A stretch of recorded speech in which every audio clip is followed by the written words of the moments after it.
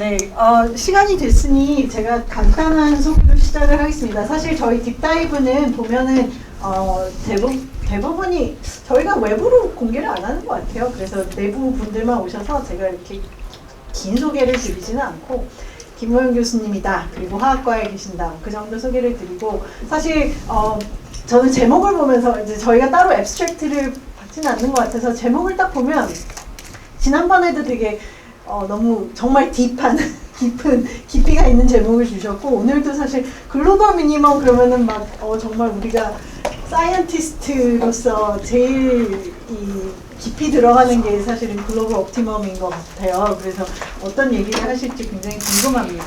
그래서 김호영 교수님은 사실 저희가 딥다이브를 하면서 여러 번 계속 참석을 하시면서 줌으로 참여해서 굉장히 좋은 질문과 코멘트를 주신 분이어서 오늘의 발표도 굉장히 우리가 기대를 해볼 수 있을 것 같고요.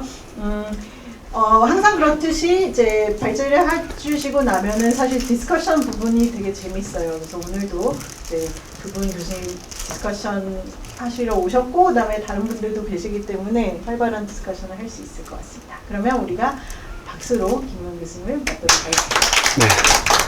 네, 그러면은 발표를 시작하도록 하겠습니다. 네, 우선 이렇게 좋은 자리 초청해주셔서 감사하고 또 이렇게 와주셔서 감사합니다. 사실 이 사이언티픽 디스커버리라는 이 딥다이브 주제를 제안한 사람이 저였는데 드디어 이제 제 차례가 왔네요. 네, 제 차례가 왔고, 그래서 처음에 시작할 때 아마 다른 분들 다 고민을 많이 하셨을 것 같아요. 이런 제목 안에서 어떤 걸 발표하면 좋을까 고민을 하다가 뭐 여러 가지 고민을 한 것 중에서 이제 이 주제가 그래도 좀 다른 사람들도 관심 있지 않을까 하는 생각에서 이제 이 주제를 가져왔고요. 그리고 이제 글로벌 미니멈은 꼭 이런 사이언스뿐만 아니라 엔지니어링에서도 굉장히 많이 다루는 주제이기도 하죠. 그래서 이제 다들 관심 있으실 거라 생각이 들고, 사실 이제 오늘 말씀드릴 글로벌 미니멈은 아주 제너럴한 글로벌 미니멈 아니고 좀 더 이제 이 자연과학에서 다루는 어떤 우리가 소위 이제 바라보는 물질들, 이런 뭐 단백질이나 이런 것들을 다 포함해서 이 실제 존재하는 어떤 물질들의 글로벌 미니멈을 어떻게 찾느냐 하는 관점에서 이제 한 겁니다. 저도 사실 이걸 준비하면서 이제 공부도 하게 되는데요. 차례대로 한번 이야기를 풀어가도록 해보겠습니다. 저희 실험실 아까 간단히 소개해드리면은 어떻게 화학과에서 이런 거 하나 싶은 생각이 드실 수 있는데, 저희 이제 실험실은 원래 이제 화학에서도 여러 가지들이 있지만 계산화학 혹은 전산화학 뭐 이런 이름으로 하는 컴퓨터를 활용하는 화학을 하고 있습니다. 그래서 오늘 제가 사실은 여기 토론 연자로 모신 두 분, 이영민 교수님하고 이제 생명화학과의 김지한 교수님, 다 두 분 다 이제 이런 계산화학 혹은 이제 계산 재료과학 이런 쪽을 하시는 분들이세요.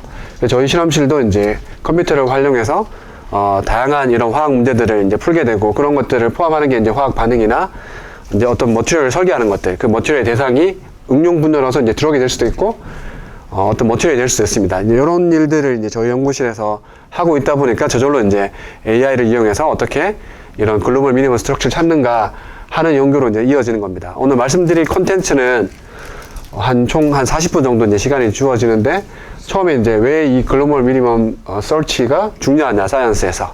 이 얘기를 할 거고요. 그 다음에 이제 이 컨벤셔널하게 이런 자연과학에서는 어떻게 이 글로벌 미니멈을 찾는가 하는 거랑, 그 다음에 AI는 어떻게 굉장히 효율적으로 이걸 찾을 수 있는가? 그리고 마지막에 이제 제가 생각하는 어떤 디스커션 포인트, 이렇게 이제 순서대로 진행을 하도록 하겠습니다. 글로벌 미니멈을 찾는 게 왜 중요하냐? 뭐 엔지니어링하고 AI 자체에서도 사실은 우리가 백프로퍼게이션에서 로스 펑션 줄이는 과정에서도 이제 이 로컬 미니멈이 빠지지 않고 글로벌 미니멈에 도달해야 된다 하는 것들이 이제 중요하죠. 자연과학에서도 굉장히 중요한데, 예를 들면 이제 그 알파폴드로 되게 유명한 프로테인 스트럭처를 예측하는 거가 왜 중요하냐? 라고 하면 뭐 여러 가지 이유가 있겠지만, 그런 것들 중에 하나로 그냥 쉽게 표현해서 이 프로테인 스트럭처에 관련된 노벨상을 찾아보니까 13개가 있더라고요. 그러니까 뭐 노벨상은 아무래도 이제 자연과학 쪽에서 가장 대표적인 상이라고 할 수 있는데, 1946년부터 시작해서 2009년까지 최근까지 꾸준히 이제 노벨상이 나오고 있는 분야죠. 그렇게 되는 이유 중에 하나가 이런 단백질의 구조를 밝혀야지 얘가 이 생체 내에서 어떤 기능을 하는가로 이제 이거 해석이 가능해지거든요. 그로부터 우리가 이제 이게 분자 수준에서 이 생명 현상을 이해했다 이렇게 할 수 있기 때문에 이 구조를 밝히는 게 굉장히 중요합니다. 대부분의 것들은 이제 당연히 이제 실험으로 구조를 밝히는 것들이고, 이제 컴퓨테이션으로도 예측할 수 있으면 좋겠다라고 이제 생각을 해서 이런 일들을 많이 해왔는데, 이제 최근에 이제 여기에 그 AI를 이용한 단백질 구조 분석이 가능하다라고 하는 브레이크스루가 이제 등장하면서 더 유명해졌죠. 이게 13개 대부분 다 이제 화학상이고 62년에 이제 메디슨 여기 하나 정도 있습니다. 그래서 이제 화학에서 생명 분야지만 화학에서 굉장히 중요한 문제를 이제 다뤄왔다고 할 수가 있고요. 이제 그러한 가장 최근에 이제 노벨상을 받은 2006년과 2009년에는 이제 이런 트랜스크립션, 우리 몸에 있는 이 DNA로부터 정보를 읽어서 단백질로 만들어내는 이 과정에 어떤 그 단백질들이 역할을 하는가, 이런 것들을 이제 설명하는 걸로 노벨상을 받은 게 있어요. 여기 유튜브 영상인데, 이렇게 뭐 DNA에서부터 프로테인까지 간다. 이렇게 해서 이제, 이 세포핵에서 DNA에서 보면 이제 DNA가 있어요. 염색체 안에. 그래서 이 DNA로부터 정보를 읽어서, 이 단백질이 정보를 읽어내고, 그 다음에 이제 이걸 메신저 RNA, 저희 이제 백신 다 맞으셨잖아요. 그 메신저 RNA를 만들어내요. DNA로부터. 이 컴플리멘터리한 요 짝을 찾아내는 거죠. 그래서 이렇게 해서 만들어진 요 짝들이, 핵에서 릴리즈 돼서, 이제 세포로 들어가면은 얘네들이 다시, 단백질을 합성하는 또 다른 단백질로 가요. 그래서 걔네들이 이것들을 이제 하나씩 정보를 읽어서 소위 이제 아미노 애시드라고 하는 것들을 하나씩 붙여 나가는 겁니다. 여기 내에서 메신저 RNA로부터 이 리보솜이라고 하는 것이 요 아미노 애시드들을 하나씩 붙여가면서 소위 이제 단백질을 만들어내는 거죠. 그럼 이제 시퀀스가 DNA에 담겨져 있는 이 정보로부터 단백질의 시퀀스가 정해지고, 이 시퀀스로부터 만들어진 이 단백질이 이 세포 내에서 폴딩이 되면서 이제 비로소 이제 어떤 기능을 가지는 이 생분자가 되는 겁니다. 이런 방식으로 이제 되는 건데, 요 과정에서 이제 아까 말씀드렸던 단백질 구조들을 다 밝혀내야지 얘네들이 어떻게 작동하는지를 마치 우리가 보는 것처럼 이해를 할 수 있겠죠. 그냥 뭐 상상만으로 할 수는 없잖아요. 그래서 이런 식으로 해서 이제 과학이 이루어지고, 그러다 보니까 당연히 단백질의 구조를 밝히는 게 이제 굉장히 중요한 일이죠. 뭐 예를 들면 이제 하나의 대표적인 예 중에 하나가 이렇게 단백질 구조를 알고 있다. 어떤 단백질 구조를 알고 있다. 그리고 이 단백질이 예를 들면 뭐 DNA 변이가 생겨서 단백질의 구조가 변이가 생기고, 그러다 보니까 제 기능을 못한다. 세포 내에서 기능을 못하니까 이게 병이 될 수 있겠죠. 그럼 이 병을 치료하기 위해서 이 변이된 단백질이 기능을 하지 못하게끔 작동을 하는 결합 사이트, 바인딩 사이트에다가 거기에 딱 맞는 분자를 결합을 시켜요. 그걸 이제 설계를 해서 주로 이제 화학자들이 그런 일을 하는 거죠. 약을 개발하는 화학자들이. 여기 이제 이마티닙이라고 적혀 있는 게 이제 대표적인 이 항암제 중에 하나인데, 이렇게 딱 맞는 분자를 설계해서 이 분자가 우리가 먹으면은 이렇게 혈관을 통해서 세포에 들어가고, 이 단백질에 우리가 의도된 대로 딱 가서 들러붙으면은 이 단백질은 더 이상 이제 기능을 하지 못하게 되고 이제 병이 치유되는 이런 과정을 거치는 거죠. 그래서 이제 구조를 밝히는 게 이해를 하는 것도 중요하지만, 이런 뭐 질병이 생겼을 때 또 치료를 할 때도 쓸 수 있다 해서 이제 굉장히 중요한 분야라고 할 수 있고요. 그것뿐만 아니라 이제 뭐 예를 들면 화학 반응, 단백질이 이런 구조에 있다가 이렇게 구조가 바뀌는 것도 하나의 이제 화학 반응이라고 할 수 있어요. 이게 출발이고 이게 끝이고 해서 이제 이렇게 변해가는 과정을 이해하는 거, 이런 것들을 이해하기 위해서라도 이 구조적인 어떤 시간에 따른 변화를 이제 관찰하는 게 이제 또 하나 중요한 우리가 구조를 알아야 되는 이유가 되기도 하고요. 단백질뿐만 아니라 스몰 몰레큘이라고 부르는 어떤 케미컬들도 이렇게 구조가 바뀌어가는데, 이 구조가 이렇게 바뀌어가는 것들, 여기 지금 이제 색깔로 표시해 놓은 게 이 구조가 바뀌어가면서, 코디네이션이 바뀌어가면서 얘네들의 에너지가 어떻게 바뀌는가를 보여주는 그림인데, 이런 컨셉츄얼한 어떤 일종의 에너지 서피스를 따라서 이 변화가 일어날 거다라고 생각해서 이제 이런 구조를 이해하고 이제 걔네들의 어떤 릴레이션 같은 것들을 이해하는 게 이제 화학에서 굉장히 중요한 주제가 됩니다. 그리고 새로운 머티리얼들을 설계할 때도 마찬가지인데요. 여기 김재환 교수님이 많이 연구를 하시는 건데, 예를 들면은 뭐 일종의 빌딩 블록을 할 수 있죠. 이렇게 생긴 어떤 케미컬들을 우리가 설계했을 때 최종적으로 얘네들이 조립해서 어떤 매크로스코픽한 구조를 가질 것인가 하는 거를 이제 예측할 수 있다면, 우리가 반대로 우리가 원하는 어떤 성질을 가지는, 예를 들면은 여기 포의 크기를 조절한다든지 혹은 포의 성질을 조절한다든지 이런 일들을 미리 설계할 수 있겠죠. 머티리얼 설계하는 것들. 그래서 뭐 이런 것들이 이제 많이 쓰였던 예 중에 하나가 뭐 이런 CO2, 공기 중에 있는 CO2를 캡처한다든지 이런 용도로 이제 사람들이 설계를 하려고 애를 썼었어요. 그래서 이제 이런 것들을 예측하는 것도 일종의 글로벌 미니멈을 예측하는 거죠. 이렇게 어떤 빌딩 블록을 주어졌을 때 얘네들이 어떤 방식으로 조립하고 최종적으로 안정한 상태가 됐을 때 어떻게 될 건가 하는 거를 이제 우리가 예측할 수 있다면 이런 새로운 어떤 기능을 가지는 물질도 설계할 수 있고 물질을 또 최적화할 수 있겠죠. 근데 클레어 잘 몰라서 여기 보면 시스템 프리 에너지 저거에 대해서 글로벌 미니멈을 찾는다는 건가요? 맞아요. 그 얘기를 제가 다음에 할 거예요. 네. 맞습니다. 예, 아직 이미 제가 하려고 하는 걸 미리 딱 질문을 하셨는데, 이 보시면은 다 이제, 그림 하나하나에 보면은, 요렇게 에너지라고 하는 게 들어있어요. 여기도 마찬가지고, 여기 폴스로 적혀 있긴 하지만, 이제, 에너지 같은 것들이 다 이제, 여기는 프리 에너지구나. 그러니까 에너지로 표현이 되어 있거든요. 그래서 소위 이제 과학에 찾는다라고 하는 거는, 글로벌 미니멈이다라고 하는 거는 이제 에너지 관점에서 글로벌 미니멈을 얘기하는 겁니다. 근데 물론 이제 다른 분야에서는 그게 꼭 에너지일 필요는 없겠죠. 글로벌 미니멈을 하는 게. 어쨌든 대부분 이제 과학에서 하는 거는 글로벌 미니멈이라고 하는 거는 에너지 관점이고 그게 사실은 중요한 디스커션 포인트 중에 하나입니다. 그 얘기를 이제 이미 질문을 잘 해주셔가지고 저절로 이제 다음으로 이어질 것 같은데. 잘만 모르나? 아닐 겁니다 아마. 과학을 너무 몰라서. 네. 그리고 이제 또 한 가지 뭐 예를 들면은 자성, 어떤 물질이 이제 자성을 띈다. 사실 요즘은 이제 자성이 되게 중요하잖아요. 어떤 정보를 저장할 때도 쓰이기도 하고, 그 다음 이제 전기차, 이렇게 막 모터 돌릴 때도 자성을 쓰잖아요. 그래서 자성을 가지는 물질도 굉장히 중요한데, 이 자성도 가만히 들여다보면 안쪽에 이제 뭐가 있냐면은, 여기 컨셉추얼하게 그려놓은 거는 각각의 원자들이 가지는 원자 내에 있는 전자의 스핀을 표현한 거예요. 전자가 이제 스핀이라고 하는 게 있는데, 스핀이라고 하는 건 그 자리에서 이렇게 도는 거잖아요. 전자가 이렇게 막 돌면서 얘가 자성을 띠는 거예요.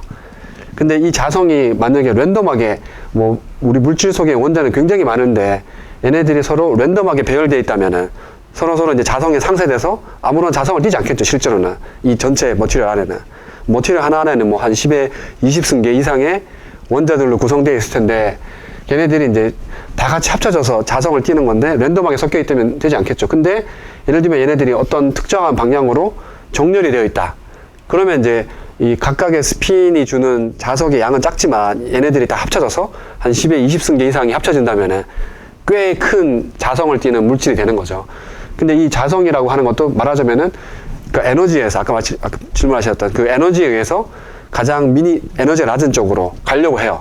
그래서 이제 그 에너지를 통해서 이제 우리가 컨트롤할 수 있고, 그래서 이제 이게 자성이냐 아니냐, 물질이 그 어떤 게 에너지를 하느냐에 따라 달라질 수 있습니다. 그래서 글로벌 미니멈이라 하는 게 아까 그런 구조적인 것도 있지만 이런 이 대상이 꼭 분자뿐만 아니라 그 스핀이 될 수도 있는 거고 원자가 될 수 있는 거고 굉장히 다양한 것들이 배열되는 거에서 어떤 것들이 가장 이제 미니멈이냐 에너지 관점에서 이걸 찾는 게 이제 중요한 문제다. 이렇게 이제 요약을 드릴 수 있습니다. 여기는 첫 번째 파트고 두 번째는 그러면 이거 어떻게 찾느냐? 우리 컨벤셔널하다는 게 이제 현재의 이런 뭐 화학이든 물리든 혹은 이제 어떤 공학 분야에서 이런 에너지 미니멈을 어떻게 찾느냐 하는 것들을 좀 찾아보려고 합니다. 그래서 이 얘기를 하기 위해서 아까 질문을 주셨는데 왜 에너지 관점에서 보느냐 이렇게 질문하셨는데 그 얘기를 이어가려고 해요. 그래서 이제 제목을 제가 이 썰모다이나믹스가 이제 연력학, 우리말로 하면 연력학이라고 하는 게 이제 이런 에너지 같은 걸 표현하는 거죠. 엔트로피, 뭐 에너지, 뭐 이런 것들을 표현하는 건데 이것들을 통계적으로 보자. 스태티스티컬하게 보자. 스태티스티컬 뷰를 얘기하는 거고 우리가 이제 보통 관찰하는 시스템, 뭐 예를 들면 이런 비커 속에 들어있는 액체다 라고 하면 이제 우리가 관찰하는 것들은 이런 개별, 여기 물 분자를 표현한 건데 이런 걸 보는 거 아니잖아요. 이 물 분자 하나하나의 고동을 보려고 하는 건 아니고 이 전체를 보려고 하는 거죠. 전체를 콜렉티브한 어떤 변화를 보려고 하는 거죠. 그래서 매크로스코픽한 이 털모다이나믹 시스템이라고 할 수 있는 거죠. 우리가 관찰하는 거는 소위 이제 관찰하는 거는. 그래서 이제 거기를 들여다보면은 좀 마이크로스코픽하게는 얘네들을 구성하고 있는 엔터티가 몰리큘일 수도 있고 혹은 이제 아까 일렉트론이 될 수도 있고 애톰이 될 수도 있고 스핀이 될 수도 있고 그 대상이 내가 달려고 하는 시스템에 따라서 달라질 수 있겠죠. 달라질 수 있을 거고.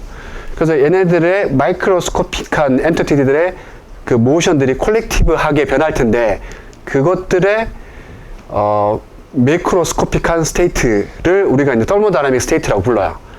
뭐 예를 들면 입자가 몇 개가 있냐, 볼륨은 어떻게 되고, 온도는 어떻게 되고, 프레셔는 어떻게 되고, 에너지랑 뭐 등등등 이렇게 쭉 나와요. 이런 것들을 우리가 정의할 수 있고 실험으로 측정을 할 수가 있습니다. 근데 이제 이것들은 그러니까 스태티스티컬한 뷰라고 했는데, 알고 보면은 실제로는 이제 이렇게 작은 알갱이들로 이제 구성되어 있고, 얘네들이 시간에 따라서 계속 움직이는 거예요. 계속 움직일 텐데, 이걸 이제 하나의 스냅샷, 어떤 모션의 스냅샷을 이제 마이크로 스테이트라고 우리가 부를 텐데, 이 마이크로 스테이트가 매크로 스테이트를 대변해 주지 않는 거죠. 그리고 이 마이크로 스테이트는 굉장히 다양한 어떤 상태로, 뭐 양자학적인 것들을 포함해서 다양한 상태로 표현할 수 있는데, 그럼 어떻게 이제 매크로 스테이트와 마이크로 스테이트를 연결시키느냐 하는 게 이제 스태티스티컬한 해석이고, 예를 들면 이제 요런 요 동영상, 유튜브 동영상을 보면은 아까 그런 비커 속에서 물이 어떻게 움직이는가 하는 거를 이제 보여주는 겁니다. 가만히 있는 게 아니라 이제 이런 식으로 움직이고 있는 거죠. 이렇게, 이거 굉장히 빠른 시간으로 움직이겠죠? 엄청나게 빨리 이제 움직일 텐데, 그 움직이는 거를 내가 필름으로 이렇게 쭉 표현해서 쭉 스냅샷을 쭉 찍으면은 이렇게 이제 표현이 될 수 있겠죠. 근데 요 움직이는 타임 스케일과 우리가 관찰하는 타임 스케일은 너무 다른 거죠. 우리가 눈 한번 깜빡할 때 얘는 이미 이제 뭐 10의 몇십 번 이렇게 움직이는 거죠. 그래서 실제 우리가 관찰하는 것들은 이 마이크로 스테이트들이 다 이제 섞여져서 평균된 값, 이제 에버리지 밸류를 보게 되는 거예요. 그리고 이런 마이크로 스테이트들이 다 합쳐진 거를 우리는 앙상블이라고 불러요. 이 통계 연력학에서는 이건 앙상블이라고 부르고, 마이크로 스테이트들이 합쳐져 있다. 그리고 걔네들의 평균 값을 우리가 관찰하는 거다. 근데 이 평균이라고 하는 건 실제로는 이제 이렇게 다이나믹스, 그러니까 타임에 따른 변화인데, 타임 에버리지랑 실제는 우리는 이렇게 빨리 관찰을 못하기 때문에 얘네들의 마이크로 스테이트들을 내가 시간의 타임 시리즈를 얻지 않더라도 어떻게든 간에 내가 샘플링해서 마이크로 스테이트를 얻게 되면은 이 마이크로 스테이트들의 앙상블 에버리지랑 같다 라고 하는 게 이제 엘고딕 하이퍼세시스라고 해요. 그래서 이제 이거를 굳이 우리가 다이나믹한 모션들을 다 표현하지 않더라도 뭔가 이 앙상블을 표현할 수 있는 마이크로 스테이트들을 샘플링 할 수 있는 방법이 있다면, 그걸 다 다이나믹스를 다 풀지 않더라도 샘플링 할 수 있는 아주 효율적인 방법이 있다면, 그 방법을 통해서 에버리지를 하더라도 실제로는 이런 다이나믹한 모션의 평균값인데 그거를 두 개의 평균값은 같다, 통계적으로. 이게 이제 엘고딕 하이퍼세시스입니다. 이게 이제 우리가 가지고 있는 어떤 그 물리적인 시스템을 이해하는 이제 방식인데, 그렇습니다. 이런 얘기를 왜 하냐? 그러면 이제 어떻게 평균을 계산하느냐? 이게 아주, 사실은 이게 이제 막 물리나 화학에서는 한 2학년, 3학년 때 배우는 건데, 학부에서. 그걸 이제 잠깐 가져와서, 보면은, 아까 말씀드린 것처럼 이렇게 이제 그 입자들이 막 움직이잖아요? 각각이 다 마이크로 스테이트가 될 수 있겠죠. 어떤 입자가 어떤 시간에 어떤 방향으로 어느 정도의 벨로시티로 움직이고 있다 하는 정보들을 다 모으면 각각의 이제 스냅샷들이 마이크로 스테이트가 될 거고, 이 마이크로 스테이트들, 예를 들면은 어떤 특정 주어진 조건, 뭐 온도가 얼마고 볼륨이 얼마고 뭐 이렇게 딱 주어졌다라고 하면은 이 시스템이 요런 마이크로 스테이트에 있을 확률을 계산해 봐라. 이것들이 다 집합이라면은 얘가 있을 확률이 있잖아요. 그럼 전체 가능한 마이크로 스테이트 중에서 얘가 있을 확률을 계산하면 되는 거고, 그 확률이 이렇게 주어진다고 알려져 있어요, 물리적으로. 이거를 이제 이 볼츠만 팩터라고 불러요. 볼츠만 팩터 해서 이제 이렇게 계산할 수가 있어요. 이게 이제 사실은 예전에 그 머신 러닝에서는 볼츠만 머신이라고 해서 이제 힌트니 그 이미지 오토엔코더 만들 때 썼던 방법이기도 합니다. 근데 그때는 실제로는 뭐 이미지에 무슨 에너지가 있어요? 에너지 없잖아요. 근데 이런 형식의 식을 빌려가지고 가상의 에너지라고 하는 걸 만들어서 이 이미지 안에 있는 픽셀들도 이런 볼츠만 디스트리뷰션을 가질 거다 라고 하고 이제 모델링을 한 거죠. 그래서 사실은 이제 과학에서 가져온 아이디어입니다. 그래서 이걸 노멀라이즈, 평균이니까 노멀라이즈 해야 되니까 분모에는 이 값들을 다 서메이션 한 거고, 이거를 이제 우리가 파티션 펑션이라고 부르고, 이 파티션 펑션만 정의할 수 있으면 아까 말씀드렸던 실험으로 관찰할 수 있는 다양한 연력학적인 값들을 다 유도할 수 있다라고 하는 거는 이제 물리학자들이 다 밝혀냈어요. 그래서 얘만 알 수 있으면 이 마이크로 스테이트들이 어떤 에너지를 가지고 있고, 그때 확률이 이렇게 주어지니까 파티션 펑션이 이렇게 주어지고, 얘만 알 수 있으면 우리는 예로부터 우리가 실험으로 관찰할 수 있는 매크로스코픽한 프로퍼티들은 다 계산할 수 있다 라고는 알고 있어요. 이게 이제 우리가 과학을 이해하는 방식입니다. 그래서 이제 예를 들면 에너지 같은 경우에는 각각의 에너지, 어떤 마이크로 스테이트가 가지는 에너지와 그것들이 가질 확률을 곱해서 당연히 서메이션 하면 평균값이 나오겠죠.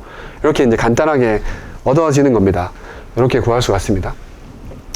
그래서 이제 이걸 가지고 이제 엔트로피라는 개념을 다시 이제 도입을 하는데, 이 볼츠만, 루드비그 볼츠만이라고 하는 이 사람이 오스트리아 사람, 제가 기억하기로는 오스트리아, 스위스였는지 헷갈리는데, 오스트리아 사람인데, 이분이 이제, 이 스태티스티컬 더모다이내믹스를 창시한 사람이라고 할 수 있습니다. 그래서 이 사람 무덤에 가보면은 이런 식이 적혀 있어요.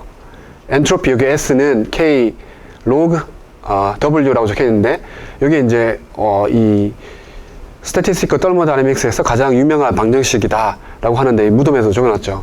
그래서 이 사람이 얘기한 거는 이걸 가지고 우리가 엔트로피라고 하는 개념을 설명할 수 있다, 이런 얘기를 하고, 그때 이제 여기 W라고 하는 값은 뭐냐 하면은 아까 그 마이크로 스테이트에 있다고 그랬잖아요. 그래서 이게 어떤 시스템이 주어지면 이 시스템이 가질 수 있는 모든 가능한 마이크로 스테이트의 숫자를 W라고 하고, 이 W가 이 시스템의 엔트로피를 결정해 준다 라고 얘기를 해요. 이게 되게 간단한 식인데 다 유도할 수 있는 거예요. 유도할 수 있는 거고, 그리고 이거를 아까 말씀드렸던 그 probability, 볼츠만 팩터의 probability 연결시키면은 얘는 이렇게 쓰여줄 수가 있어요.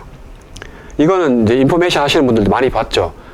그 인포메이션 엔트로피도 이렇게 지어지잖아요. 요 식만 없어요. K만 없어요.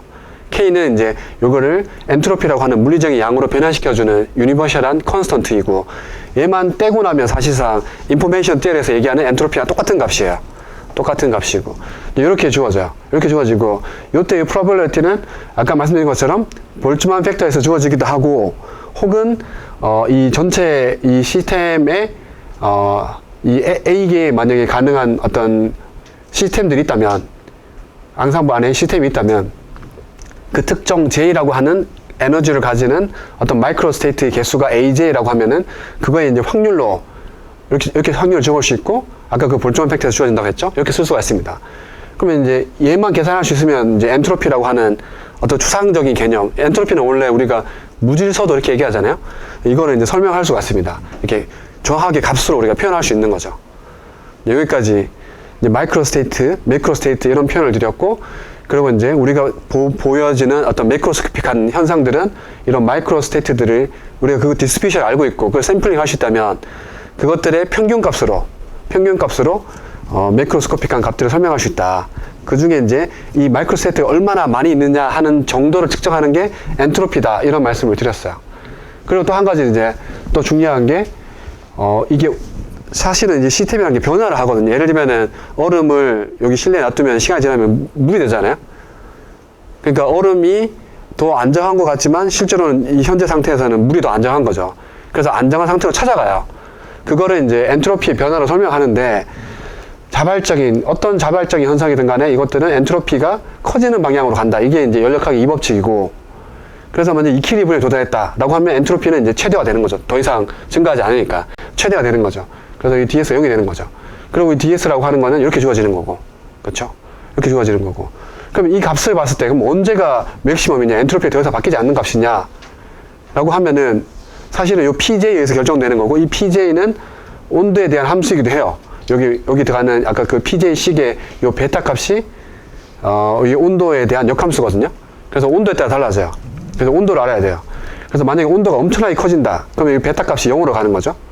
그럼 아까 그 볼츠만 팩터, 만약에 베타 값이 0으로 가면은 더 이상 이제 이 에너지는 의미가 없는 값이 돼요. 이게 0으로 가는 거니까. 그래서 베타 값은 0으로 가게 되고, 그 다음에 모든 마이크로 스테이트들은 에너지가 크든 낮든 간에 상관없이 다 프로빌리티 똑같아져 버려요. equally probable 해져 버려요. equally probable. 그러면 이제 에너지가 높든 낮든 다 가능한 스테이트가 돼버리니까, 그럴 때가 가장 무질서도가 큰 거죠. disordered 돼 있다 라고 하고, 가장 disordered 된 상태는 예를 들면 물이라고 하면은 가스 상태겠죠. 아무렇게나 막 돌아다니는 거죠. 그러다 보면 어떤 순간에 딱 차량에서 보면은 얼음처럼 배열될 수도 있죠. 그 확률이 낮겠지만, 왜냐면 그렇지 않은 그 마이크로 스테이트가 훨씬 더 많으니까 확률은 굉장히 낮겠지만, 근데 반대로 이제 온도를 엄청나게 낮춘다, 계속 낮춘다 라고 하면은 이 베타 값은 반대로 무한대로 가게 되고, 그때는 에너지가 굉장히 중요해져요. 에너지가 작을수록 더 프로빌리티가 높아지는 거죠. 그래서 이제 시스템이 글로벌 에너지 미니멈에 있을 가능성이 제일 높아지는 거죠. 온도가 낮을 때. 그래서 이제 크리스탈, 이렇게 물처럼, 물에 얼음이 된 것처럼 온도를 낮추면 얼음이 되고, 그때 우리가 결정이 됐다라고 하는 건데, 이 결정은 수많은 마이크로 스테이트 중에서 에너지가 가장 낮은 거예요. 에너지 낮은 거. 그래서 우리가 에너지를 보려고 하는 거죠.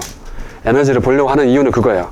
그래서 소위 이제 글로벌 미니멈이다라고 하면은 에너지 관점에서 글로벌 미니멈이 되는 거죠. 그거는 실험적으로는 온도를 낮춤으로써 우리가 관찰할 수 있는 겁니다. 결정을 시킴으로써. 그쵸.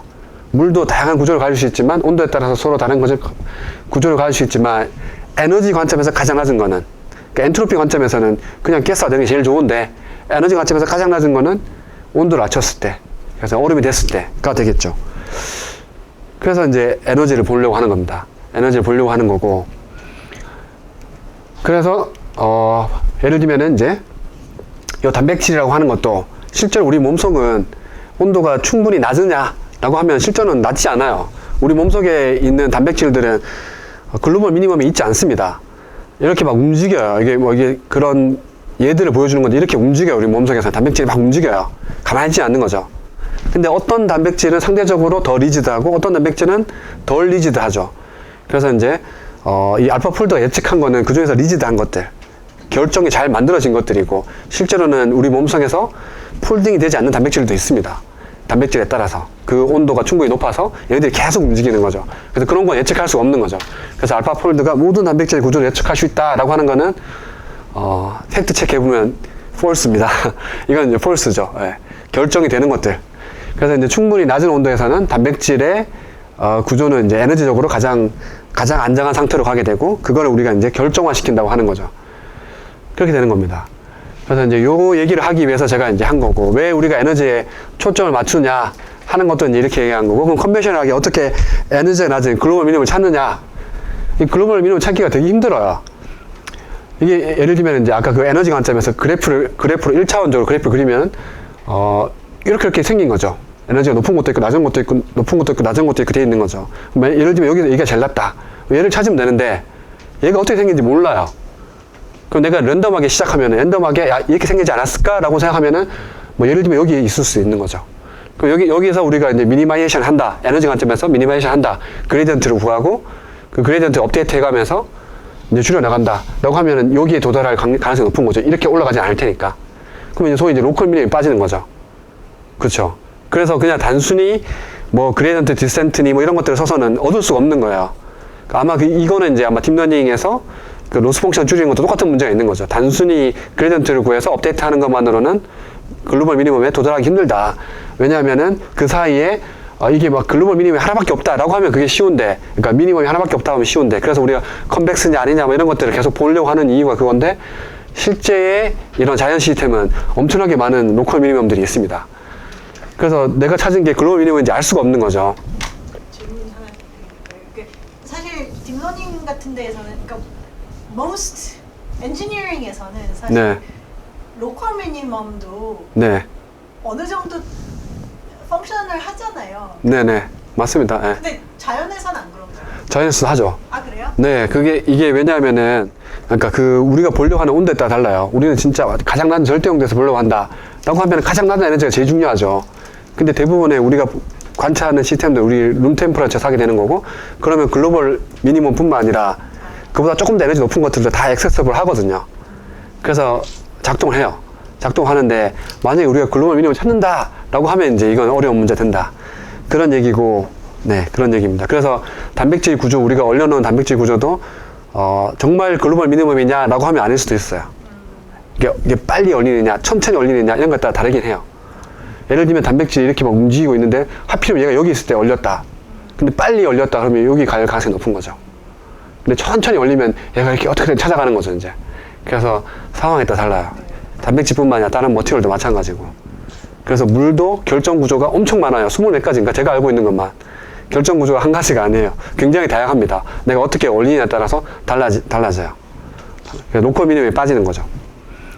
그래서 이걸 찾기 위해서 사람들이 막 쓰는 게 결국은 이제 이렇게 생겼다고 사람들이 컨셉처하게 생각하니까 얘네들을 찾는 거죠. 막 찾는 일들을 해요. 이용민 교수님이 그런 연구를 박사 때 이제 많이 하신 걸로 제가 알고 있는데, 그래서 예를 들면은 온도를 낮춘 거랑 온도를 중간 정도로 한 거랑 높은 것들이랑 막 섞어서 이 다이나믹스를 해요. 그러면 이제 온도 높은 것들은 이 배리어들을 쉽게 넘어가고 온도 낮은 것들은 밑에 깔려 있겠죠. 그러면 이제 골고루 찾을 수 있는데 이것들을 가끔씩 중간에 섞어요. 그래서 섞으면은 이제 높은 데 있던 것들이 온도 낮아지면서 로컬 미니멈 빠지겠죠. 그러니까 이런 식으로 이제 시간이 지나서 막 찾은 다음에 그 중에 제일 낮은 게 글로벌 미니멈 아니야? 이렇게 할 수도 있고, 메타다이내믹스라고 해서 얘네들이 막 돌아다니는데 얘가 한번 지나가는 자리는 거기다가 가우시안 포텐셜을 더해요. 그러면 거기 오랫동안 머무를수록 가우시안 포텐셜이 계속 더해지잖아요. 그러면 나중에 얘가 꽉 차요. 그럼 얘는 이제 마치 그 스피로 받듯이 다음으로 넘어가요. 다음으로 넘어가서 더 이상 넘어가지 않고 다 꽉 찼다 이러면은 내가 쌓아놓은 가우시안을 뒤집으면은 포텐셜 쉐입의 거꾸로가 되는 거잖아요. 그러니까 그 가우시안 쌓은 것들은. 그래서 이제 에너지 랜드스케이프를 우리가 알 수 있다. 이렇게 하기도 하고, 뭐 그거 말고도 이제 뭐 랜덤하게 움직이면서 규전보다 에너지가 낮아졌다 이러면 억셉트하고, 그렇지 않으면은 어떤 확률로 받아들이고 리젝트하거나 이렇게 해서 이제 소위 몬테카를로 주사 던지기 해서 글로벌 미니멈을 찾기도 합니다. 그 다양한 방법들이 있는 거죠. 이런 방법들로 이제 사람들이 글로벌 미니멈이라고 하는 거를 해왔습니다. 그게 몰레큘의 구조든 단백질이든 머티리얼이든 뭐 스핀이든 뭐든 다 비슷한 이런 방식들을 써가지고 이제 하는 거고, 요 머릿속에는 그 에너지라고 하는 그 랜드스케이프를 가지고 있고, 그것들의 그 마이크로 스테이트들을 잘 서치를 하다 보면은 글로벌 미니멈을 찾을 수 있지 않을까라고 하는데, 실제로 이게 복잡한 문제인 거죠. 왜냐하면은 너무 많아요, 글로벌 미니멈이. 예를 들면 단백질이라고 치면은 이게 이제 3n-6 디멘전 안에서 얘네들을 막 돌릴 때마다 미니멈이 막 생기는 거죠. 본드가 바뀌고 막 돌리고 이러다 보면 이제 너무 미니멈이 많아지고, 예를 들면은 단백질, 티피컬한 단백질 경우에는 이게 한 10에 300승계 정도의 이 안정하게 로컬 미니멈처럼 이렇게 꺾을 수 있는 경우의 수가 등장한다고 하거든요. 그러니까 10에 300승계니까 우주에 들어있는 원자의 숫자보다 많은, 엄청나게 많은 경우의 수가 있는 거죠. 그러니까 이걸 브루포스로 내가 막 돌려가면서 찾는 거는 무조건 불가능한 거죠. 그러니까 내가 모든 마이크로 스테이트들을 다 뒤집어가지고 제일 낮은 걸 찾겠어 이렇게 하는 건 그냥 불가능한 거죠. 이거 마치 바둑이랑 비슷한 거죠. 브루포스로 모든 가능한 수를 다 둬서 최적의 수를 둬야겠어 라고 하는 게 불가능한 것처럼 얘도 이제 불가능한 문제예요. 그러니까 이제 AI가 이거 왜 할 수 있는 거 아니야? 바둑 문제도 풀 수 있는데 이거 풀 수 있는 거 아니야? 자연스럽게 이제 그 생각으로 가는 거예요. 그럼 어떻게 AI가 이렇게 복잡한 문제를 풀 수 있느냐? 이게 이제 요것 때문에 오셨을 텐데. 그래서 이제 예를 들면 가장 대표적인 게 50년 동안 이 분야에 있었던, 주로 이제 계산학, 물리, 전산하는 사람들이 있었어요. 뭐 생물학 하는 사람, 다양한 사람들이 이 문제를 풀기 위해서 했는데 50년 동안 못 풀었는데 갑자기 어느 날 그냥 딥마인드라고 하는 이 AI 하시는 분들이 이걸 풀었다 이렇게 돼버린 거죠. 그래서 자기들이 좋은 거예요. 제가 좋은 게 아니라 50년 먹은 그랜드 챌린지를 자기들이 풀었다. 자기들 홈페이지에 가면 적혀 있어요. 적혀 있고 이제 예측한 거랑 실험한 거랑 단백질의 구조를 이렇게 포개해 놓은 겁니다. 그러니까 너무 잘 맞는 거고, 이 90점이 넘으면은 사실상 실험도 레졸루션에 한계가 있어서 정확하게 다 예측을 못 하는데, 실험 레졸루션 안에서는 얘는 완벽하게 일치했다. 그러니까 사실상 그냥 완벽하게 푼 거랑 마찬가지죠. 어차피 사람이 그 이상 알 수가 없으니까. 그러니까 이렇게 얘기를 해요. 근데 이걸 보면은 2006년, 8년, 10년, 12년, 2014년, 16년까지는 점수가 40점, 50점, 60점 못 넘었어요. 이렇게 왔다 갔다 이렇게 해요. 그러다가 갑자기 2018년에 처음으로 60점 넘었는데 2년 지나고 나서 그냥 90점이 된 거죠. 갑자기 다 풀어버린 거예요, 그냥. 요 불과 몇 년 사이에. 그러니까 그전에는 아까 제가 말씀드렸던 컨벤셔널 방법으로 사람들이 막 찾으려 했던 거죠. 컴퓨터 파워를 더 쓰고 어떻게 하면 더 잘 찾을 수 있을까 다 실패했는데, 이거 그냥 풀어버린 거죠. 어떻게 이게 풀었냐 하는 거죠. 그럼 예를 들면 이제 이거 이제 그 개념을 제가 생각하는 개념을 전달해 드리기 위해서 여러분들이 이제 어떻게 나무가 어떻게 배치되면 안정할까 하는 문제를 푼다고 생각해 보죠. 그래서 여러분들이 이걸 보는 거야. 트레이닝을 해요. 이 트레이닝 하는데 이렇게 해서 보잖아요. 사실은 이게 너무 자연스럽잖아요. 되게 마음이 안정되잖아요. 이 구조를 보면은 most observable state. 제가 이제 표현을 이게 energetically stable한지 모르겠지만 most observable state잖아요. 이렇게 등장하는 거죠. 등장하는데 이렇게 생긴 거 가지고 얘 글로벌 미니멈을 찾아봐. 가장 내가 마음이 편한 자세로 돌려봐봐 라고 하면 여러분 어떻게 하겠어요? 거꾸로 뒤집지 않을 거잖아요. 이렇게 하겠죠, 당연히. 이러면 이제 뭔가 마음이 편해지잖아요. 이걸 제가 많이 뒤집어 놓으면 불편해지잖아요. 이게 제일 안전한 거야 이렇게 하면은 야 뭘 모르네 이렇게 얘기하실 것 같아요.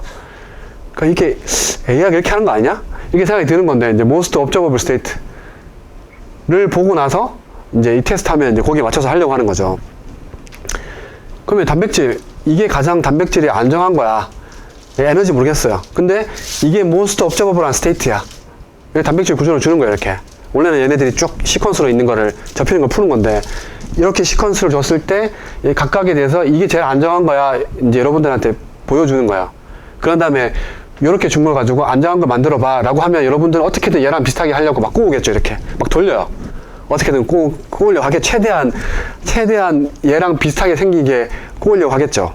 그쵸? 여러분들이 아까 제가 말씀드렸던 마이크로스테이트 몰라도, 엔트로피 몰라도, 그냥 이거 비슷하게 만들려고 할 거잖아요. 막 꼬을 거잖아요. 이렇게 어떻게든.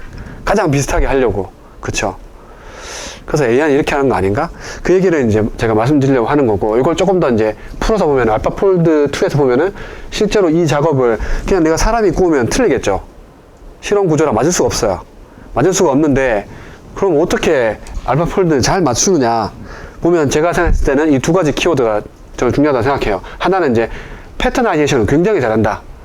그리고 꼬우는데, 그러니까 다르게 얘기하면 이전으로 가면은, 요 안정한 것들은 분석해보니까 안정하지 않은 것들이랑 비해서 어떤 특징적인 패턴을 가지고 있더라 하는 건데, 그 패턴을 무슨 단위로 볼 거냐, 이 패턴을 무슨 단위로 볼 거냐 하는 거를 내가 정의해 주는 거야.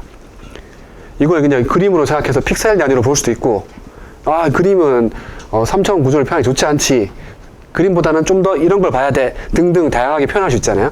그래서 이 패터나이제이션을 굉장히 잘했다 하는 거고, 근데 이것만으로는 부족해요. 이거는 실제로 딥마인드 말고 다른 사람들도 시도를 했었고, 그리고 이제 또 한 가지 중요한 게 이제 프라이어 날리지를 잘 활용한다.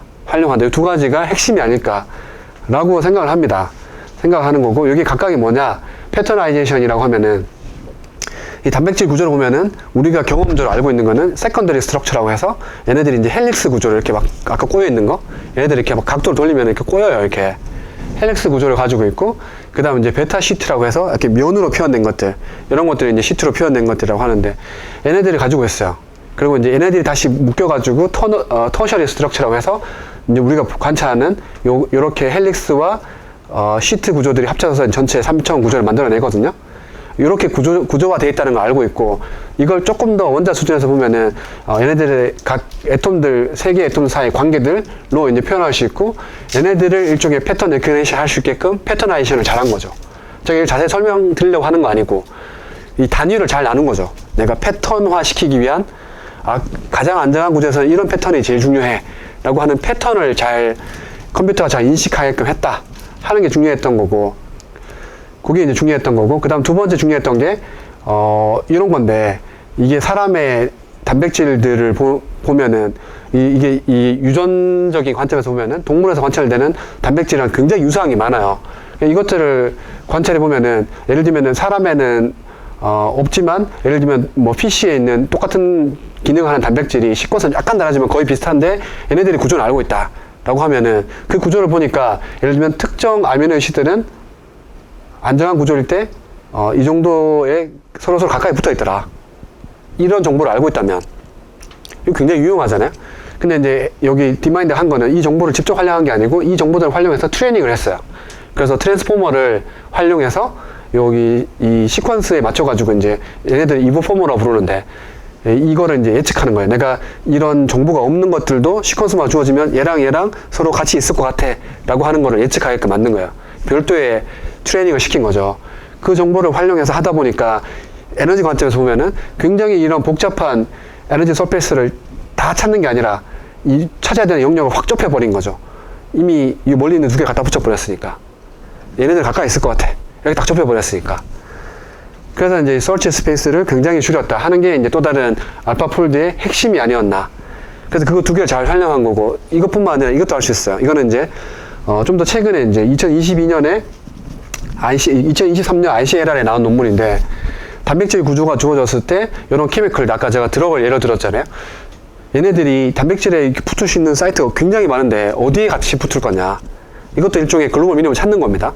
굉장히 뭐 엄청 많아요. 경우의 수가. 사람은 하라 그러면 하기 힘들어요. 힘든데 이 사람들은 뭘 했냐면은 디퓨전 모델을 써가지고, 그러니까 이 디퓨전 모델 아마 AI 하시는 분들은 잘 아실 텐데, 그러니까 내가 답을 알고 있는, 최종적으로 알고 있는 답이 있고, 이제 이니셜리 준 아무렇게나 랜덤하게 준 게 있잖아요. 그러면 내가 알고 있는 구조로 얘네들이 이볼루션을 해서 최종적으로 내가 알고 있는 구조로 가게끔 거꾸로 이제 얘네들 변화시켜서 이 상태로 가게 만드는 거죠. 이걸 만드는 건데 이 경우에도 똑같이 이 사람들이 이렇게 했더니 기존의 계산 방법보다 훨씬 더 정확하더라 하는 걸 이제 논문에 낸 겁니다. 여기서도 이제 패터나이제이션을 굉장히 잘 활용해요. 이 분자들이라고 하는 것들을 애톰 단위로 다 보는 게 아니라 로테이션과 트랜슬레이션, 토션으로만 설명할 수 있다. 그래서 내가 현재 준 상태와 글로벌 미니멈의 상태를 요 패터나이제이션으로 스테이트를 정의할 수 있고 이 두 개의 스테이트를 줄이는 방향으로 스토캐스틱하게 다이나믹스를 해가면은 AI가 학습하는 거는 내가 글로벌 미니멈에서는 이 스테이트가 항상 어떤 상태를 이런 구조를 가지더라. 근데 내가 랜덤하게 이니셜하게 시작한 거는 그거랑 너무 다른데? 그러면 그 차이를 줄이게끔 얘가 다이나믹스를 해서 디퓨전을 해서 안정한 상태로 찾아가게 하는 거죠. 이것도 비슷하게 아까 그 나무 그림처럼 글로벌 미니멈에서는 현재 이런 스테이트를 가졌을 때 어떤 특정한 패턴을 가지더라. 근데 내가 준 이제 인퍼런스를 해야 되는 모델에 대해서는 스테이트를 정의하고 나니까 글로벌 미니멈에 그 패턴이 안 보이네? 그 패턴이 되게끔 변화를 시켜서 그 패턴을 맞춰가는 거죠. 이렇게 문제를 푸는 거죠. 그래서 이런 걸 할 수 있어요. 저희도 이제 저희 실험실에서도 비슷한 걸 하는데 좀 더 저희는 이제 도메인 날리지를 좀 더 쓰게 되는데 이게 전체 그냥 랜덤한 구조가 아니라 이 단백질을 보면은 이 결합할 수 있는 소스들이 있다. 뭐 이렇게 화학하는 사람들이 이렇게 부르는데 요 소스들에 대한 정보, 포인트 소스들을 주고 이 주변에는 확률적으로 어떤 원자나 어떤 아미노 애시드들이 올 확률이 더 높더라 하는 걸 통계적으로 분석해서 그 패턴을 최적화시키는 거야. 글로벌 미니멈에 맞는 패턴을. 그렇게 예를 들면 이제 이게 이제 실제 실험으로 관찰되는 패턴들인데 수소 결합이다라고 하면은 어떤 수소가 포함되어 있는 원자에서 그 수소가 다른 원자랑 거리가 이런 식의 패턴을 가지더라 안정할 때. 그래서 이 패턴을 재현하게끔 AI가 학습을 하면은 나중에 만들어진 요 포즈가 3차원 포즈가 더 이제 실제로 가까운 거죠. 그래서 저희는 이제 패터나이제이션을 아까 그 특정 결합에 해당하는 원자와 원자 사이 디스턴스를 패턴으로 쓰는 거죠.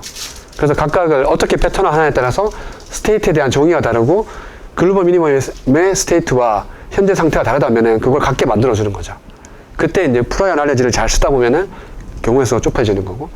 그래서 이제 정리하자면은 여기 마이크로 스테이트에 대한 앙상블이 이렇게 존재하는데 사실 이 디스피션이 훨씬 더 큰데 우리 AI가 하는 거는 글로벌 미니멈에 해당하는 특정 마이크로 스테이트에 대한 정보만 주는 거야. 시스템을 다르게 하면서. 그러니까 AI는 다른 마이크로 스테이트를 모르는 거죠. 얘만 주는 거야. 아까 나무가 삐뚤어진 나무가 아니라 바로 서 있는 나무만 주는 거죠. 그런 다음에 내가 임의의 어떤 상태를 주면은 여기가 같겠죠. 어떤 임의의 이 글로벌 미니멈이 아니네. 다른 어떤 마이크로 스테이트에 해당하는 패턴을 가질 텐데 얘는 그냥 AI는 얘가 어떤 에너지를 가지겠구나 하는 걸 몰라요. 근데 적어도 글로벌 미니멈의 디스트리뷰션이랑 다르네? 그럼 어떻게든 이 차이를 줄이기 위해서 얘가 이제 그 변화를 시키는 거죠. 그걸 디퓨전을 쓰든 혹은 제너러티브 모델을 쓰든 뭘 쓰든 그 방식이 다르겠지만 결국은 이제 요 차이를 줄이는 방식으로 하는 거죠. 그때 내가 패터나이제이션을 잘 쓰고 프라이어 날레지를 잘 활용한다면은 훨씬 더 이제 효율화되는 거고 대표적인 성공 케이스가 아까 말씀드렸던 아까 그 알파폴드 2가 가장 잘 알려져 있는 성공 케이스가 아닌가. 그거 말고도 굉장히 다양한 예가 있는데 그걸 보여드렸던 거고 예를 들면 아까 제가 그 자성 스핀도 말씀드렸잖아요. 이건 이제 알파폴드보다 좀 더 빨리 나온 건데 2017년에 네이처 피직스라고 하는 데 나온 건데 물질의 어떤 페이즈 상태를 머신러닝으로 설명할 수 있더라 하는 거고 그때 여러 가지 예를 드는데 그런 것 중에 하나가 스핀이었어요. 스핀인데 스핀의 에너지는 이렇게 써요. 이렇게 쓰는데 이게 업이냐 다운이냐에 따라서 그리고 이 J라는 하는 값이 0보다 크냐 작냐에서 막 달라지는데 제가 0보다 크면 보통은 스핀이 서로 이게 비슷할 때 안정화되니까 전체 에너지가 마이너스로 가니까 더 안정화되죠. 그래서 이제 이것들을 이제 강자성, 그러니까 자성을 띈다라고 하고 그렇지 않으면 자성을 띄지 않는 거죠. 이렇게 되는 건데 그럼 만약에 이제 이 두 개를 보시고 나서 만약에 J가 0보다 크다라고 하면 어느 게 더 높은 온도에 있을까요? 두 개를 봤을 때. 보시면 아시겠어요? 어떤 게 더 높은 온도에 있을까? 이 둘 중에서. 왜냐면 이게 더 디스오더 돼 있잖아요. 그쵸? 그러니까 에너지, 그냥 가장 낮은 0도로 간다면 가장 낮은 에너지 상태로 갈 거고, 이 식에 따르면 모든 스핀들이 한 방향으로 가야 되죠. 업이든 다운이든. 한 방향으로 가야 되겠죠. 가장 낮은 온도에서는. 그게 글로벌 미니멈인데, 그다음 우리가 알고 있는 거죠. 근데 온도가 달라지면은, 그때는 상태가 달라지는 거죠. 다른 어떤 마이크로 스테이트로 가는 거예요. 그럼 AI가 글로벌 미니멈 말고 임의의 온도에서의 요 패턴도 인식할 수 있느냐 하는 걸 이 사람들이 한 거예요. 온도에 따라서 예를 들면 얼음에서 물로 바뀌는 그 지점을 이제 페이즈 트랜지션이라고 하는데 그 지점을 우리가 찾아낼 수 있느냐 AI로 한 거고 예를 들면 이런 거예요. 이제 뭐 이런 패턴 스핀 업 다운을 그냥 2차원에서 그냥 색깔로 표현한 거예요. 그리고 그냥 CNN을 쓴 거예요. CNN 쓰기 너무 좋은 거죠. 이거는 CNN은 여기 2차원 패턴을 잘 인식하니까 픽셀 단위로 잘 인식을 하니까 색깔로 표시해서 이 패턴을 한 거고 2x2만 하더라도 그래서 이 사람이 한 건 되게 간단하게 2x2로 얘가 어떤 상태에 있냐 이게 그러니까 얘가 어떤 상태에 있냐를 보고 거꾸로 온도를 추정해서 그걸 쭉 플러스를 한 건데 이 사람들은 이 플러스를 해보니까 이게 실제 이론적으로 관찰되는 어떤 페이지 트랜지션 되는 온도를 기가 막히게 AI가 제안해내더라. 그러니까 글로벌 미니멈뿐만 아니라 패턴을 잘 관찰할 수 있는 거는 글로벌 다른 마이크로 스테이트, 앙상블에 있는 다른 마이크로 스테이트도 찾아낼 수 있더라 하는 걸 이제 보여준 거고요. 이건 또 저희 실험실에서 비슷한 걸 한 건데 화학 반응을 할 때 하나의 로컬 미니멈에서 또 다른 로컬 미니멈 넘어갈 때 소위 이제 트랜지션 스테이트라고 하는 게 있어요. 이거 이제 새들 포인트라고 하는데 이 새들 포인트를 AI로 찾아낼 수 있느냐 한 거고 이 AI는 새들 포인트만 본 거예요. 그러면 새들 포인트에 대한 특징을 알고 그냥 이미 아무 구조나 주면은 얘는 새들 포인트를 찾아내는 거죠. 얘는 이렇게 해야지 새들 포인트가 돼. 그러니까 그거를 잘 할 수 있더라 하는 거를 이제 하고 있습니다. 그래서 이제 이런 연구들을 그러니까 이거는 제가 글로벌 미니멈을 했지만 뭘 관찰해서 그거의 패턴을 찾아내냐에 따라서 꼭 글로벌 미니멈뿐만 아니라 다른 에너지 상태의 어떤 스테이트들도 AI가 잘 학습해내더라 하는 거고요. 그래서 이제 이게 좀 피직스 기반 혹은 프린시플 기반이랑 AI 드리븐 두 가지를 이제 제가 소개해드렸고 컨벤셔널하게 이제 프린시플 드리븐을 말씀드렸는데 이건 떨모다라미 퀀터티들을 정의하고 이 데이터가 필요 없어요. 그냥 아무 문제나 주어지면은 이게 사람들이 풀어낼 수가 있어요. 유니버셜하고 에너지 기반으로 해석을 할 수 있고 문제는 너무 많은 마이크로 스테이트에 있다 보니까 글로벌 미니멈 찾는 게 너무 어려운 문제 된다. 그러니까 조금만 시스템이 복잡해지면 못 푸는 거죠. 못 푸는 문제가 되는 거고. 근데 AI 드리븐은 굉장히 도메인 스페시픽한 패턴을 찾아내요. 글로벌 미니멈에. 왜냐면 우리가 글로벌 미니멈의 구조만 주고 그 패턴은 글로벌 미니멈의 그 시스템에 대해서만 해당하는 거죠. 그리고 거기다 적절한 프라이너지를 쓰면은 이 스몰 데이터 데이터가 많으면 괜찮은데 데이터가 없어서 제대로 된 패턴을 찾기 힘든 문제를 거기에 적절한 패턴을 찾게끔 해주는 어떤 서치 스페이스를 줄여주는 역할을 한다. 근데 제너레이션은 잘 안 된다. 요렇게 이제 지금까지 이렇게 되는 것 같아요. 그래서 이제 디스커션 포인트로 거의 이제 시간이 다 된 것 같아서.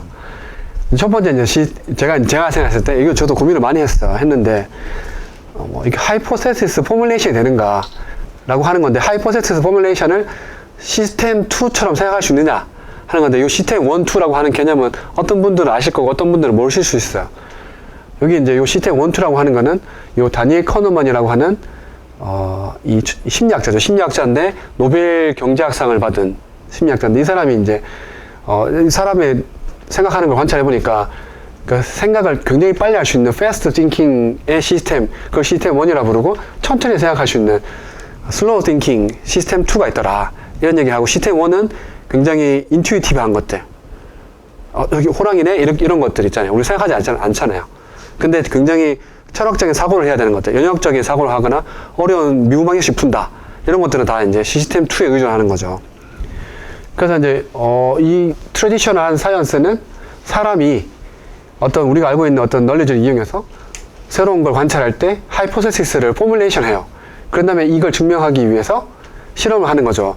이런 방식으로 이제 우리가 과학을 하는데 지난번에 이제 잘 설명해 주셨지만 저보다 훨씬 더 잘 설명해 주셨지만 그런 방식으로 하게 되는 건데 AI는 제가 말씀드린 것대로 하면은 적어도 글로벌 미니멈을 찾는다는 관점에서 봤을 때는 사실 이 리프레젠테이션도 사람이 주고 거기에 맞는 일종의 이제 인덕티브 바이스죠. 거기에 맞는 아키텍처도 주고 로스 펑션도 설계해서 다 주는 거예요. 그런 다음에 AI는 그렇게 주어진 거 안에서 그냥 적절한 패턴을 알고리즘ic하게 찾아낸다 하는 걸 잘하더라. 지금 현재 AI가 하는 거는 제가 생각했을 때는 그럼 현재 AI는 왜 이런 그 자신의 하이포테시스를 하지 못하느냐? 그거는 사람이 가지고 있는 시스템 2 띵킹이 없기 때문이 아니냐라고 생각을 하는 거고 이 시스템 2 띵킹은 아까 말씀드린 것처럼 천천히 그다음 굉장히 노력을 해야 되고 레셔널하게 이제 생각을 해야 되고 이런 것들을 해야 되는데 이걸 없으니까 당연히 못하는 거 아니냐? 그러면 이제 좀 더 어려운 질문은 이제 그러면 진짜 이런 시스템 2 띵킹을 할 수 있는 AI를 할 수 있느냐. 지금의 AI는 대부분 다 시스템 원 띵킹 가까운 거죠. 리그레이션 하는 거나 클래시피케이션 굉장히 인투이티브하게 하는 거나 비슷한데 사람이 하는 것처럼 아까 그 나무 보고서 설명하는 거죠. 근데 나무를 좀 더 과학적으로 설명해봐. 왜 이게 안정한 거야? 라고 하면 여러 가지 생각할 수 있죠. 중력이 있고 물은 뭐 삼투압에서 거꾸로 올라가고 어쩌고저쩌고 설명해서 이제 그 구조를 설명할 수 있지만 그냥 안정한 게 야 내가 보니까 이게 다 안정하더라. 이렇게 설명할 수도 있잖아요. 이건 시스템 1 띵킹이고 시스템 2 띵킹은 좀 더 이제 연역적으로 설명하는 건데 그게 없으니까 못하는 거 아니냐 하는 게 제가 첫 번째 디스커션 포인트고요. 그 다음 시스템 이제 디스커션 포인트 2는 AI 드리븐 글로벌 미니멈 설치라고 하는 게 이게 새로운 과학적인 어프로치라고 할 수 있느냐 이게 좀 더 볼드한 질문일 수 있어요. 이렇게 할 수 있느냐 예를 들면 프린시플 기반으로는 뭐 프라이어 날레지나 데이터 없이 아무 시스템에 다 적용할 수 있는데 그래서 이게 유니버셜한데 근데 AI 드리븐 어프로치는 데이터가 필요하고 또 프라이어 날레지도 어떤 데는 필요하기도 한 거죠. 뭔가 다른 거죠. 다른데 근데 만약에 이 AI가 잘 트레인 됐다면은 어쨌든 내가 찾으려고 하는 글로벌 미니멈을 굉장히 잘 찾아준다. 심지어 우리가 알고 있는 어떤 사이언스를 모르고도 찾아야 된다. 그러면 이걸 가지고 우리가 내가 알고 있는 거랑 다르다고 해서 이걸 사이언스 아니라고 할 수 있느냐 혹은 이게 새로운 사이언스냐 이게 과연 새로운 사이언스냐 뭐 똑같죠. 뭐 상대성 이론 모를 때는 야 그건 사이언스 아니지 라고 할 수 있지만 증명되고 나면 사이언스잖아요. 그렇죠. 뭐 우리 다윈의 진화론 이런 것도 당시에는 굉장히 논란이 많았지만 지금 받아들인 거죠. 사람들이 증명이 되고 나니까 굉장히 많이 관찰을 되는데 알고 보니까 양자역학도 마찬가지였고 죽을 때까지 양자역학 받아들이지 않는 사람도 있었죠. 그 당시에는. 지금은 이제 많은 사람들이 인정을 하는데 그래서 이 터모다이나믹 퀀티티 약간 그 에너지로 모든 걸 해석하려고 하는 게 어떻게 생각하면 우리의 과학자들의 편협한 생각이 아니냐 이거 굉장히 볼드한 건데 근데 그거 말고도 글로벌 미니멈을 찾을 수 있는 그리고 이 패턴, 글로벌 미니멈뿐만 아니라 다른 스테이트에 있는 것도 패터나이제이션이 잘 된다면은 그리고 그거를 다른 시스템에 적용할 수 있다면 이건 새로운 과학이 아니냐 그 패턴을부터 해석을 할 수 있다면 이 두 가지 제가 디스커션 포인트를 들고 왔습니다. 네, 발표 여기까지 하겠습니다. 네, 감사합니다.